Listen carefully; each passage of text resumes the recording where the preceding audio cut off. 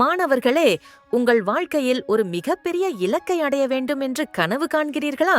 அந்த இலக்கை அடைவதற்காக நீங்கள் காத்திருக்கும் விதம்தான் உங்கள் வெற்றியை தீர்மானிக்கிறது. ஒரு காட்டில் ஒரு பழமையான மரம் இருந்தது. அதில் 1000 ஆண்டுகளுக்கு ஒரு முறை மட்டுமே காய்க்கும் ஒரு தங்க பழம் இருந்தது.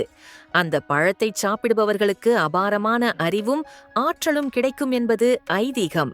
அந்த ஊரைச் சேர்ந்த ஒரு வீரன் அந்த பழத்தை பறிக்க விரும்பினான். பழம் பழுக்க இன்னும் சில மணி நேரங்களே இருந்தன.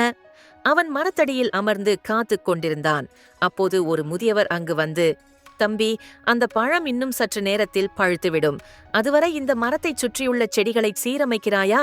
உனது நேரமும் பயனுள்ளதாக இருக்கும்" என்றார்.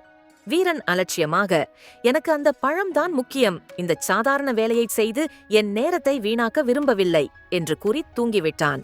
3 சிறிது நேரம் கழித்து விழித்து பார்த்தபோது பழம் கீழே விழுந்து அழுகிக் கிடந்தது. அந்த முதியவர் ஏற்கனவே அங்கிருந்த செடிகளைச் சீரமைத்து பழம் விழும் இடத்தில் ஒரு மென்மையான வலையை கட்டியிருந்தார். பழம் விழுந்தவுடன் அதை எடுத்துச் சென்று விட்டார். வீரன் வாய்ப்பை தவறவிட்டான். இந்த கதை நமக்கு உணர்த்தும் நீதி: பெரிய வாய்ப்புக்காக காத்திருக்கும் போது சிறிய கடமைகளை அலட்சியப்படுத்தக்கூடாது. ஒவ்வொரு நொடியும் ஒரு வாய்ப்பே. பார்த்தீர்களா மாணவர்களே?